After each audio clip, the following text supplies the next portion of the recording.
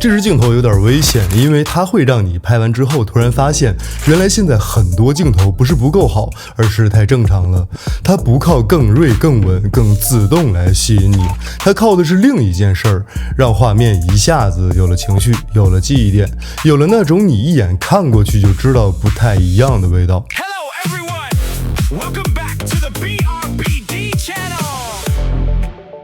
今天这期视频，我想聊一支非常特别的镜头。乐摩的 Peacewell 55毫米 f1.7， 它不是一支拿来替代标准50或55的镜头，它更像是一支会主动参与表达、主动参与叙事的镜头。你可以不接受它的脾气，但你很难忽略它拍出来的那个味道。先说结论，这支镜头真正值钱的地方，不是它有多全能，也不是它有多省心，恰恰相反，它一点都不万能，甚至还有点挑人。但只要你的拍摄已经不满足于拍清楚，而是开始在意画面有没有情绪，有没有氛围，有没有记忆点，那这支镜头你大概率会越拍越上头。因为它最厉害的地方从来不是把世界拍得更标准，而是把你的主观感受直接塞进画面里，中心更抓人，边缘更有流动感，背景不是单纯虚化掉，而是会带一点悬，带一点卷，让整个画面天然多出一种复古、梦境，甚至有点失真的情绪感。所以我一直觉得55毫米只是它的焦段， Peacewell 才是它的性格。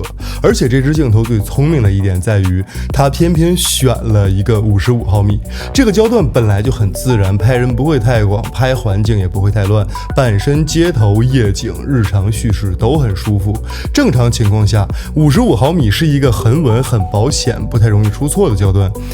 乐摩这次没有把它做得更稳，而是把 Peacewell 这种经典悬焦和艺术镜头的味道直接塞进了一个本来就很实用的焦段里。结果就是它拍出来的不是简单的虚化更大，而是整个背景都开始围绕着主体服务，观众的注意力会很自然地往画面中间走。这种感觉不是单纯靠大光圈就能给你的，而是镜头本身就在帮你表达。很多人第一次看这支镜头最容易被悬焦2个字吸引，这个效果确实很直观，也确实很容易让人记住。但如果你真的拿它拍视频，你会发现它真正值钱的还不只是那个悬，真正有意思的是，它这一代已经开始像一支能进入现代视频工作流的镜头了。以前很多这种风格化镜头，问题不是不够特别，而是太难控。拍照的时候很爽，一上视频就容易割裂，尤其是一边想要那个味道，一边又担心焦点和画面状态，拍摄体验其实不是很完整。但这支镜头不是单纯的给你一个好看的效果就结束了，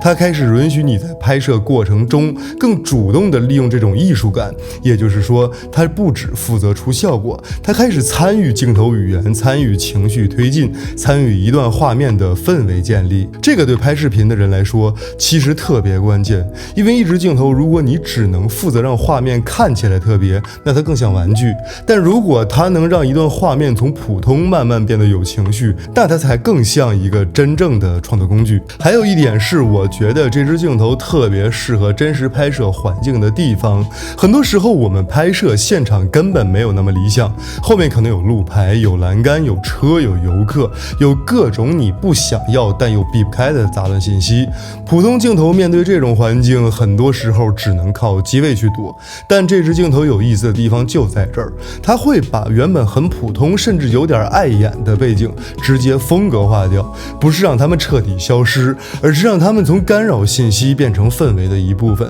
所以你会发现它特别适合拍人像、街头、夜景、MV， 或者那种你想让观众先感受到情绪再去理解信息的内容，因为它天然就在帮你做一件事儿，就是让画面少一点说明感，多一点表达感。当然这支镜头我一定要把边界说清楚，第一，它绝对不是一支万能的镜头，你不能指望它像普通的55或者50毫米一样什么都能拍，什么都稳，什么都规矩。第二，它非常吃构图，你主体放在哪儿，背景怎么排，边上留多少东西，都会直接影响成片到底是有味道还是有点乱。第三，它是手动对焦镜头，这件事儿本身就已经决定了它不适合所有人。你如果拍节奏很快的内容，拍动态人物，拍高成功率交付，它肯定不是最省心的选择。第四，它很吃题材，你拍人、拍情绪、拍夜景、拍复古、拍艺术表达，它会很加分。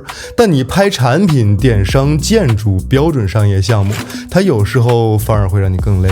所以如果你问我这支55毫米 f1.7 到底值不值得买，我的判断很直接，如果你现在缺一支效率镜头，一支自动对焦镜头，一支高成功率的镜头，那它不适合你。但如果你现在已经不缺能拍的镜头了，你缺的是一支能让你的视频和照片更有记忆点、更有风格、更有主观表达的镜头，那这支镜头你真的值得认真看一看。因为它最迷人的地方在于，它不是一支更正确的55毫米，它是一支更有态度的55毫米。你接受它的脾气，它会给你一些现在很多镜头都给不了的东西。它不会让你偷懒，但它会让你的创作更有参与感。它不会让每个场景都更好拍，但它会让某个场景一下子就变得特别有味道。OK， 以上就是本期视频的全部内容。依旧，如果你有什么不懂、不会或者更有意思的玩法，欢迎评论区留言，我们下期见。